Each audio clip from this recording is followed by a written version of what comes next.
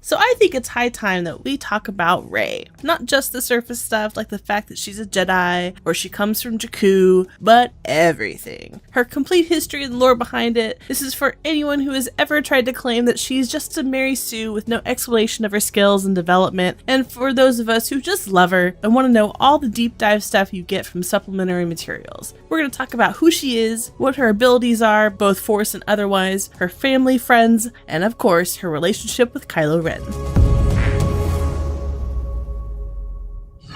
So who is she? Rey is a human, Force-sensitive woman born in 15 ABY, 11 years after the Battle of Endor. Although we don't know if she was born on Jakku, we definitely do know that she was abandoned on the planet at a very young age by her alcoholic, junk-dealing parents. Pablo Hidalgo of Lucasfilm Story Group has mentioned that she was probably around age 5 when her parents abandoned her. They sold her to Unkar Plutt for drinking money, as we learn in The Last Jedi. After Rey was abandoned, she made a home on the collapsed ruins of an AT-AT walker previously known as Hellhound 2. She decided that she was going to stay on Jakku to wait for her parents, eking out a life as a scavenger. When Rey was much younger, she worked for other scavengers, bringing them loot from the starship graveyard. Some of the scavengers were kind to her, but most of them viewed her as a form of property or little better than a slave. When she got older, she started collecting salvage for herself, and no one took her seriously, but Rey was aided a little bit by Unkar Plutt, who told the others to leave her alone. Unfortunately, this act of kindness was not really done out of the goodness of his heart, as Unkar thought Rey was the best girl under his command and wanted to keep her to himself. So she shunned his attention and avoided the overseer at all costs. But using her insider knowledge about which ship parts were most valuable to Unkar, Rey collected better salvage than the other scavengers and managed to increase the number of rations she was allowed to receive. Along the way, Rey has a run-in with Kylo Ren, which awakens her own latent Force powers, and we of course then discover that she is as powerful, if not more so than him, a Force prodigy without prior training. She even brings Luke back to the fight to save the Resistance from imminent destruction. And then she turns down Kylo Ren's offer to rule the galaxy with him, as she wants him to join her, refusing to kill him, and insisting that his fate is the Force's to decide.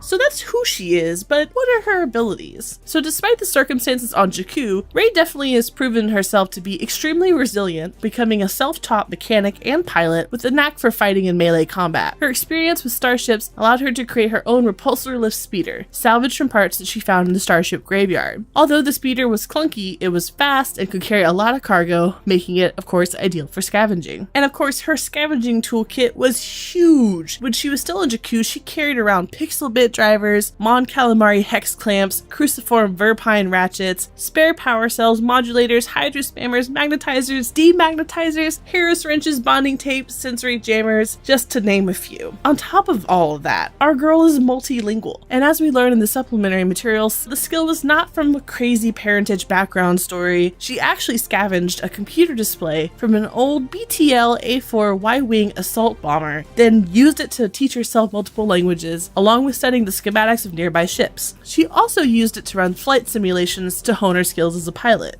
And let's talk about combat. So Rey's skills with the quarterstaff are definitely nothing to joke about. Just ask Unkar's thugs. Once she gained access to Luke's lightsaber, she reapplied those skills to her new weapon. However, her Force abilities were dormant until they were triggered by the one-to-one contact of Kylo's mind probe. While we don't know why these skills were dormant, because Force sensitivity usually manifests itself in children, Rey is still very intuitive while using her powers. She picked up the Jedi mind trick almost instantly, as we saw her do when she convinced the Stormtrooper to let it go in The Force Awakens. And of course, she shows amazing talent with telekinesis. We discover in The Last Jedi novel that this was at least in part due to the mind meld with Kylo Ren during The Force Awakens interrogation scene where she invades his mind. He took memories, she took skills. She was able to lift an entire landslide off the entrance to a mine to save Finn, Poe, and Leia on Crate in The Last Jedi. A few other things we know about Rey: she weatherproofed her AT-AT walker to keep out the worst of the Jakku sandstorms, as well as setting traps nearby so other scavengers couldn't steal from her. When she was on Takodana, she was given an LPA NN-14 blaster by Han, and her quarterstaff was made from scavenged parts. That helmet you see her wearing at the beginning of The Force Awakens when she was eating her rations, she scavenged that from the Rebel Alliance captain Dosmet Rey when she came across the remains of the Starfighter Squadron Tirfin Yellow Aces. She also made her doll that we see in The Force Awakens out of a flight uniform that she found in the cargo container.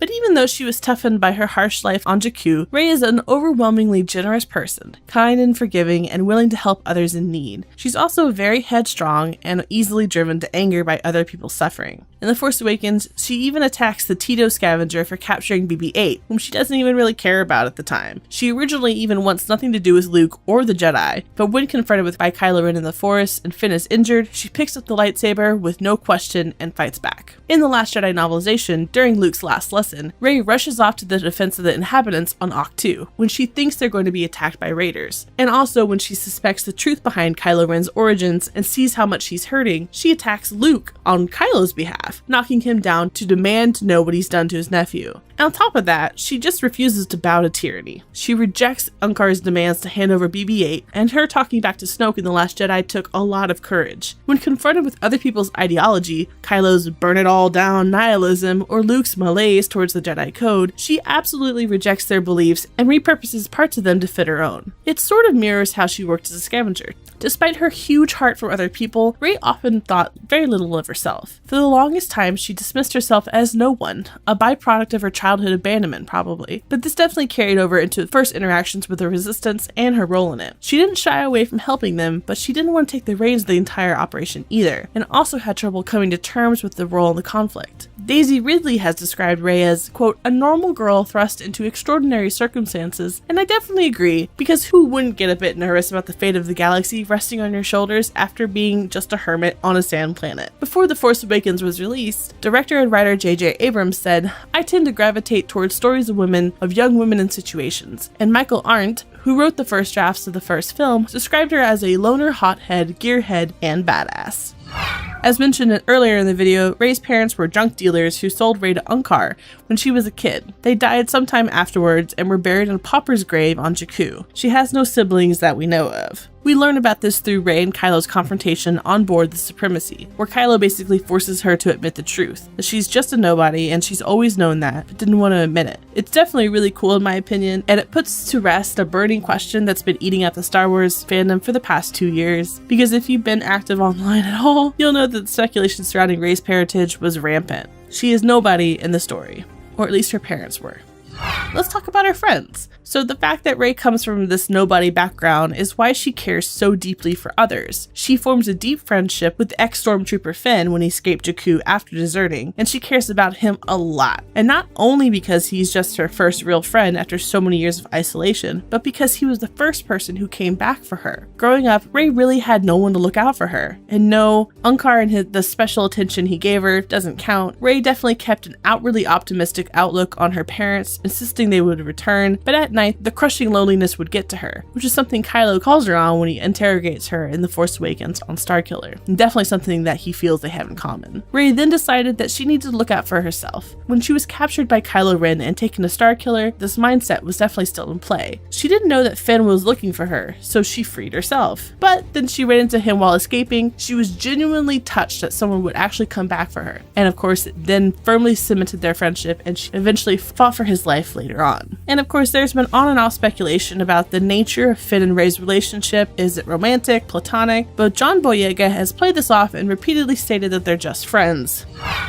So if you're super curious about this, we definitely dive really heavily on the complete history and lore of Kylo Ren, which we released before this one. We talk a lot about their dynamic, but this video is about Rey, and I think it's important to highlight this relationship from her perspective, to see how it's different or similar to Kylo's. Obviously, in The Force Awakens, things started out pretty rocky between the two of them. On Takodana, Kylo attacks Maz's castle, and he gets off on the wrong foot by kidnapping her and attacking her friends. Good job. But by probing her mind with his own Force powers, Kylo awakens Rey's Force sensitivity in The Force Awakens. They also get a glimpse of each other's shared loneliness. Rey is initially very confused by this connection and of course afraid of it. In The Last Jedi novelization, when the Force bond first manifests, she tries to hide it from Luke so he doesn't abandon her. She's concerned about what this means for her, how it's going to be seen by Luke, but as the bond between her and Kylo deepened, Rey began to understand that he is as lost as she is. And because she is so receptive and empathetic to this shared connection, she eventually views him as someone who can be drawn back towards the light. She believes it so emphatically that she ships herself to him to try to bring him back. It's on Kylo's urging, in fact, that she goes in the cave beneath Ahch-To. And then when she finds out that Luke was the catalyst for Kylo's fall to the dark side, she becomes furious and determined to bring him back. She ships herself to Kylo Ren on board the Supremacy and sees a vision of their shared future together. While we don't have any details as to what this vision was, and it wasn't explored in the book or the film, but we do know that whatever it was